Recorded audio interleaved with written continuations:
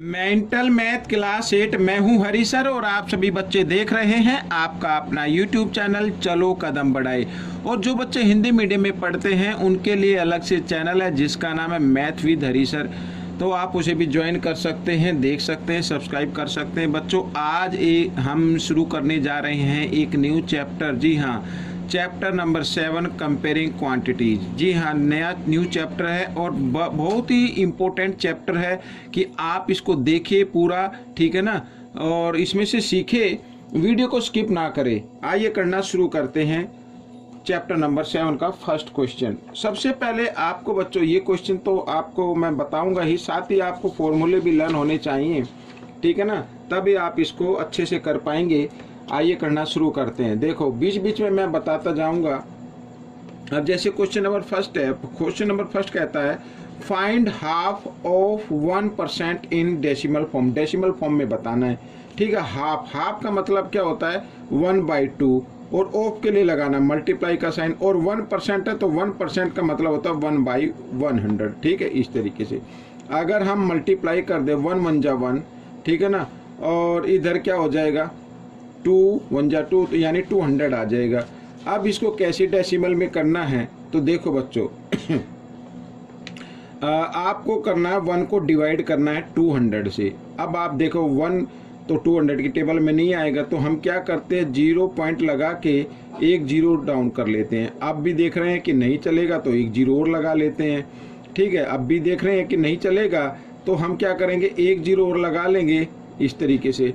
अब भी नहीं चल रहा तो यहाँ पर एक जीरो और लगा के अब हम इसको लेंगे 205 जा, ठीक है, 100 होता है वो, सॉरी 1000, इस तरीके से। तो ये आ जाएगा 0.005, ठीक है। एक बार फिर देख लीजिए भाई, 1 को 200 से मल्टीप्लाई करना है। जब टेबल नहीं चलती है तो हम 0 पॉइंट लगा के एक जीरो लगा लेते हैं, ठीक है। फिर देखा कि टेबल तो नहीं चलेगी, फिर एक जीरो लगा के एक जीरो लगानी है। अब हो गया 100, तो 100 पे भी नहीं चलेगी, फिर एक जीरो लगा के एक जीरो लगा लेनी है।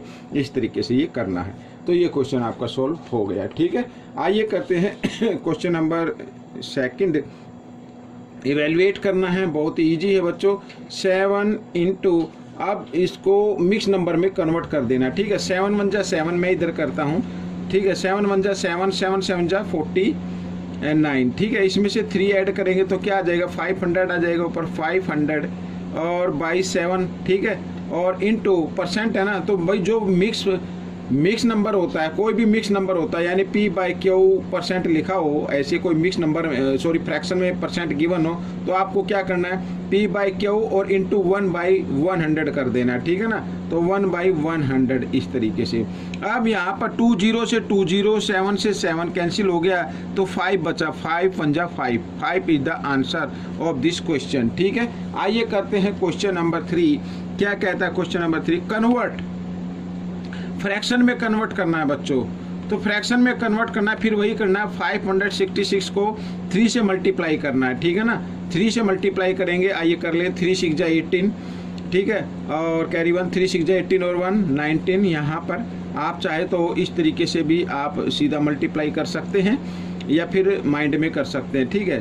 तो 1 कैरी 1 आया, 3 5 जा 15 और 1 16 आ गया, ठीक है। और इसमें 2 ऐड कर देंगे तो कितना हो जाएगा 1700 हो जाएगा। तो हम इसको लिख सकते हैं 1700, और बाई में क्या लिखना है 3 लिखना है, ठीक है। इस तरीके से ये 3 जो है, और परसेंट है तो इसका मतलब 1/100%। तो 20 से 20 कैंसिल हो जाएंगी, 17/3 इज द आंसर, ठीक है। फ्रैक्शन में लिखना था, फ्रैक्शन में ये आ गया है। आइए करते हैं क्वेश्चन नंबर 4।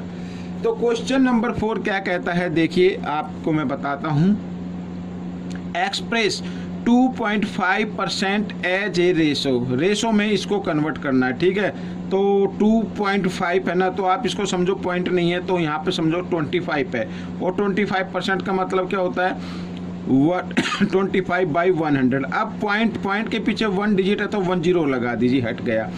अब आपको 25 से इसको डिवाइड कर देना, 25 1 जा 25 और 25 4 जा 100 और 0 यूँ, यानी 1/40 आ गया। अगर रेशो में करना हो तो जो न्यूमेटर होता है उसको आगे लिखना होता है, ठीक है, और डिनोमीटर को पीछे लिखना होता है। इस तरीके से ये आपका आंसर बन गया। अब क्वेश्चन नंबर 5 क्या कहता है, देखो क्वेश्चन नंबर 5 बड़ा इजी है बच्चों। यहाँ पर कन्वर्ट, इसको मैं थोड़ा जूम आउट कर लेता हूँ, ये देखो। हाँ, कन्वर्ट 11/7 इंटू परसेंटेज। ठीक है, बिल्कुल इजी है। 11/7 और परसेंटेज में कन्वर्ट करने के लिए 100% से क्या कर देते हैं, मल्टीप्लाई कर देते हैं। तो ये आ गया बच्चों 11 को भाई कटेगा तो नहीं, 11 1 जा 11, ठीक है, 1100/7 ये आपका परसेंटेज में मतलब कन्वर्ट हो गया है। इसको परसेंटेज में इस तरीके से लिख देना है। आप चाहे तो उसको मिक्स नंबर में भी लिख सकते हैं। मिक्स नंबर में लिखने के लिए क्या करना पड़ेगा, 7 से डिवाइड करना पड़ेगा, ठीक है ना। 7 1 जा 7, यहाँ पे 4 और 0, 7 5 जा 35, ठीक है, और फिर 5 आ गया माइनस किया तो फिर 7 7 जा 49, इस तरीके से 1। तो ये अगर आप मिक्स नंबर में लिखेंगे तो 157 ये होल नंबर में आएगा और 1/7%, इस तरीके से भी आप इसको लिख सकते हैं। अब क्वेश्चन नंबर 6 क्या कहता है, ये देखिए, ये भी बड़ा इजी है। एक्सप्रेस 7/8 इन परसेंटेज में कन्वर्ट करना है। तो जो रेशो से आगे होता है उसे बनाना न्यूमेटर, और रेशो के जो पीछे नंबर होता है उसे बनाना डिनोमिनेटर, और परसेंटेज में कन्वर्ट करने के लिए 100% से क्या कर देना है, इसको मल्टीप्लाई कर देना। ठीक है, अब यहाँ पर इसको आप चाहे तो 4 से इसको डिवाइड कर सकते हैं। ठीक है, 4 2 जा 8 और ये 25 पे हो जाएगा। ठीक है, अब 25 7 जा होता है 175/2%, इसको इस तरीके से लिख सकते हैं, या आप इसको 2 से कंप्लीट डिवाइड करके भी लिख सकते हैं। ठीक है, 2 8 जा 16, ठीक है, 1 5 2 7 जा 14 पॉइंट और 2 5 जा 10 ये आ जाएगा बच्चों। ठीक है, इस तरीके से भी कर सकते हैं। ये भी आंसर है, ये भी आंसर है, दोनों में से कोई आंसर आप लिख सकते हैं। क्वेश्चन नंबर 7 क्या कहता है, देखो ये भी बड़ा इजी क्वेश्चन है बच्चों। कन्वर्ट इनटू परसेंटेज में कन्वर्ट करना, तो ऐड कर लेना है पहले। यहाँ पर पॉइंट के बाद 1 2 3 डिजिट है, पॉइंट के बाद 1 2 3 ये 3, तो थर्ड डिजिट को ऐड करना। 5 और 3 कितना होता है, 8 होता है बच्चों। फिर ये 2 और 2 4 होता है। ठीक है, यहाँ पे 0 और यहाँ पे 1 है तो 1 का 1 आएगा, आगे पॉइंट है, तो इस तरीके से। ठीक है, इसको किस में कन्वर्ट करना है, परसेंटेज में कन्वर्ट करना है। तो आपको क्या करना पड़ेगा, आगे देखो 148 लिखो आप पहले। ठीक है, और नीचे पॉइंट के लिए 1 लगाइए, पॉइंट के पीछे 3 डिजिट है तो 3 0 लगा दीजिए, और परसेंटेज में कन्वर्ट करने के लिए 100% से क्या कर दीजिए, मल्टीप्लाई कर दीजिए। अब 2 0 से 2 0 कैंसिल हो गई। अब आ गया 148, यहाँ पर 1 0 बची तो पीछे से 1 डिजिट के बाद आपको डेसिमल में लगा देना, और ये परसेंटेज आपका आंसर बन गया 14.8%। ठीक है, आइए करते हैं क्वेश्चन नंबर 8। तो बड़ा ही इजी क्वेश्चन है बच्चों। ये देखो क्या कहता है, कहता है इन ए गैदरिंग 87, ठीक है, 87 1/2% people are standing, find the percentage of people not standing. ठीक है, मान लीजिए जो स्टैंडिंग पीपल है और नॉट स्टैंडिंग पीपल है, वो टोटल नंबर मान लेते हैं हम 100% होता है बच्चों, कोई भी नंबर होता है। 100% में से आपको जो स्टैंडिंग पीपल है वो माइनस कर देना है। ठीक है, इसको माइनस करेंगे तो 1/2 है, तो 1/2 को हम लिख सकते हैं 0.5 इस तरीके से। ठीक है, तो 87 1/2 या 87.5 दोनों का मतलब एक ही होता है। ठीक है, तो इस तरीके से हम इसको मल्टीप्लाई कर देते हैं, और ये नंबर आ जाएगा नॉट स्टैंडिंग वाला, नॉट स्टैंडिंग वाला। ठीक है, यहां पर मैं लिख देता हूं इस तरीके से। और तो माइनस करेंगे, तो माइनस करने पे क्या आएगा बच्चों, आप इधर माइनस करके देख सकते हैं इस तरीके से। ठीक है ना, तो पॉइंट के नीचे पॉइंट लिखना है, और इधर 87। अब देखो 0 में से 5 नहीं जाएगा, यहाँ से बोरो लेंगे, इधर इधर से इधर, इधर से इधर, तो 10 में से 5 माइनस करेंगे 5। ठीक है, यहाँ पे रहेगा 9 में से 7 2, ठीक है, 9 में से इधर 9, इधर भी 9 रहेगा, 9 में से 8, वो ये आ गया 12, तो ये आ जाएगा 12.5। ठीक है, इसको इस तरीके से लिख सकते हैं, या आप चाहे तो ये आपका आंसर आ गया 12.5 जो पीपल है वो नॉट स्टैंडिंग है, या फिर इसको अगर आप फ्रैक्शन में लिखना चाहें तो फ्रैक्शन में भी लिखा जा सकता है। ये 12 को आपको होल नंबर बनाना है, और 5 और पॉइंट के लिए 1, पॉइंट के पीछे 1 डिजिट है तो 1 0, और 5 से ये दोनों ये फ्रैक्शन डिवाइड हो रहा है तो इसको डिवाइड कर दीजिए, अदरवाइज यहाँ तक भी आप इसको लिख सकते हैं या डिवाइड करके लिख सकते हैं। तो 12 5 1 जा 5 5 2 जा 10 यानी 1/2, ये आपका आंसर आ गया। ठीक है, इस तरीके से भी कर सकते हैं। आइए करते हैं क्वेश्चन नंबर 9। तो क्वेश्चन नंबर 9 क्या कहता है, बहुत ही इजी क्वेश्चन है। Find the value of x, x की वैल्यू फाइंड आउट करनी है। इफ एक्स परसेंट, तो एक्स परसेंट का मतलब होता है बच्चों जिस नंबर के भी परसेंट लिखा हो उसका मतलब होता है उसके बारे में वो आपको 100 कर देना है। ठीक है, क्या कर देना, 100 कर देना है। और फिर इंटू और 24 ऑफ के लिए मल्टीप्लाई का साइन, 24 इक्वल 144। ठीक है, इस तरीके से हमें x की वैल्यू निकालनी है। तो x इक्वल 144। अब भाई ये 24 इधर मल्टीप्लाई में इधर आकर ये डिवाइड में आ जाएगा, एक तो ये काम, ये 100 इधर डिवाइड में इधर आकर ये मल्टीप्लाई में आ जाएगा। ठीक है, इस तरीके से अब आप इसको डिवाइड कर सकते हैं। 6 से कर लीजिए, 6 4 जा, ठीक है 24, और यहाँ पे 6 2 जा 12। ठीक है, और 2 और 4, 6 से 4 जा 24, ये हो गया। अब 4 से फिर कर सकते हैं, 4 1 जा 4, 4 6 जा 24, तो 6 इंटू 100 यानी 600 आ गया बच्चों। ठीक है ना, ये आपका आंसर बन गया, वैल्यू आ गई एक्स की। अगले नेक्स्ट क्वेश्चन क्या कहता है, क्वेश्चन नंबर 10 देखो। इफ 40% ऑफ m, तो जैसे जैसे लिखा ना वैसे वैसे करते जाइए। 40% का मतलब 40/100, ऑफ के लिए मल्टीप्लाई का साइन m, इस तरीके से, प्लस 180 और इक्वल 564। ठीक है, इस तरीके से करना है। अब बच्चों ये इधर प्लस में, इसको लेके आओ इस साइड में। ठीक है, राइट साइड में लेके आएंगे तो माइनस का हो जाएगा, साथ ही इनको मल्टीप्लाई कर देते हैं। तो 40m/100, ठीक है, और इक्वल 564 और माइनस 180। आप चाहे तो इसको डिवाइड भी कर सकते हैं या अदरवाइज यूं का यूं भी कर सकते हैं, कोई दिक्कत नहीं है। हमें क्या निकालनी है, m की वैल्यू निकालनी है, तो m को इधर लिख लीजिए। इनको पहले माइनस करते हैं, ठीक है ना। तो 4 का 4 आ जाएगा, 6 में से 8 माइनस ही होंगे, 16 में से 8 माइनस करेंगे 8 आ जाएगा। यहाँ 4 है, 4 में से 1 3, ये आ गया। ठीक है, अब ये 100 इधर किस फॉर्म में, डिवाइड में, इधर आकर ये मल्टीप्लाई में आ गया। ठीक है, और डिवाइड, और 40 इधर किस फॉर्म में, मल्टीप्लाई में, तो इधर आकर ये डिवाइड में आ जाएगा। तो 0 से 0 कैंसिल हो गई, 4 से इधर 4 9 जा 36 और 2 4 24 हो गया, 4 6 जा 24। ठीक है, ये आ गया। तो m की वैल्यू क्या आ गई, 96 इंटू 10 960 आ जाएगा आपका आंसर। ठीक है, इस तरीके से ये क्वेश्चन सोल्व हो गया। क्वेश्चन नंबर 11 क्या कहता है, देखो ये भी बड़ा ही इंटरेस्टिंग क्वेश्चन है।